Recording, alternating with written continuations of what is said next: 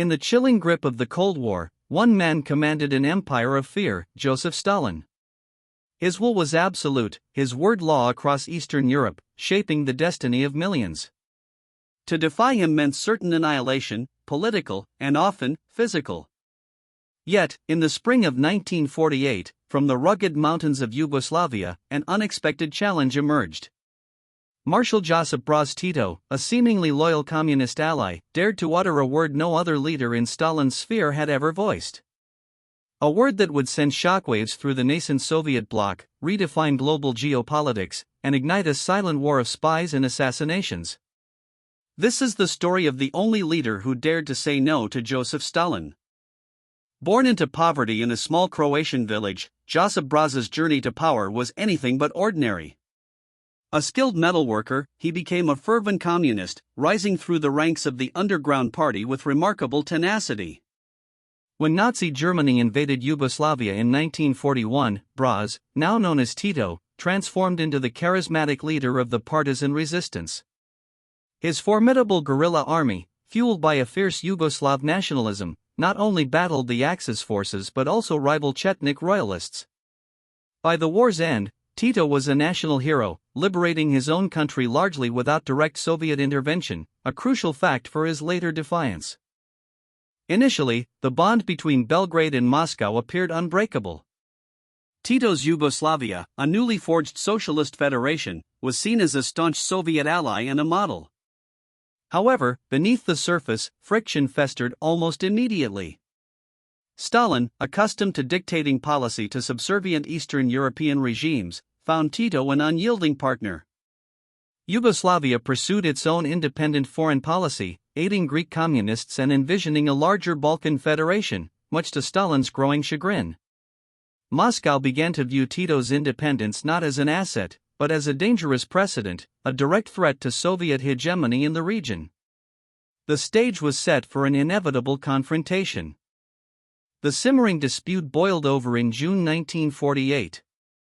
Stalin, through the Cominform, the Communist Information Bureau, launched a scathing attack, accusing Tito and his party of rampant nationalism, anti-Sovietism, and revisionism. He demanded Tito's immediate repentance and absolute alignment with Moscow's directives.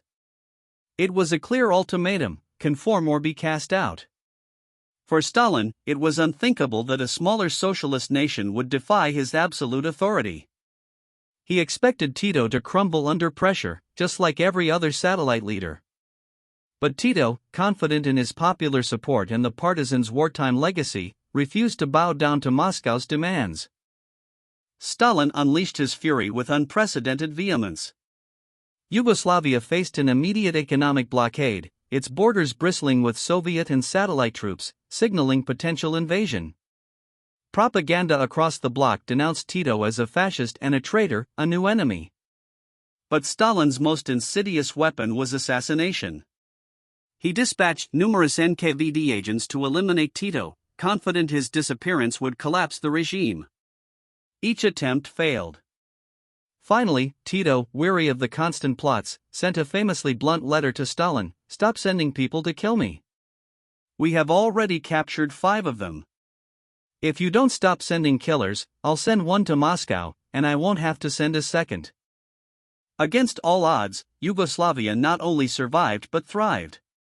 Cut off from the Soviet bloc, Tito deftly navigated the treacherous waters of the Cold War. He began accepting crucial economic and military aid from the West, while meticulously maintaining Yugoslavia's unique socialist character and internal self-management system. This exceptional position allowed Tito to forge the non-aligned movement in the 1960s, a powerful bloc of nations refusing to align with either superpower.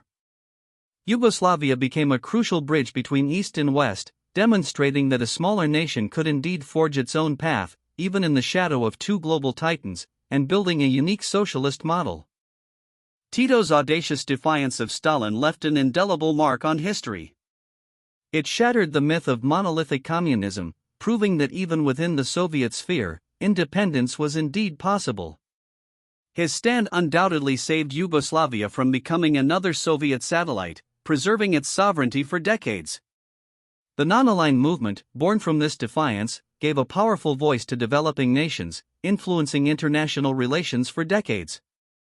While Yugoslavia's eventual dissolution decades later was complex, Tito's courage in 1948 remains a powerful testament to the will of a nation to choose its own destiny, even against the mightiest of empires, and carve out a path of its own.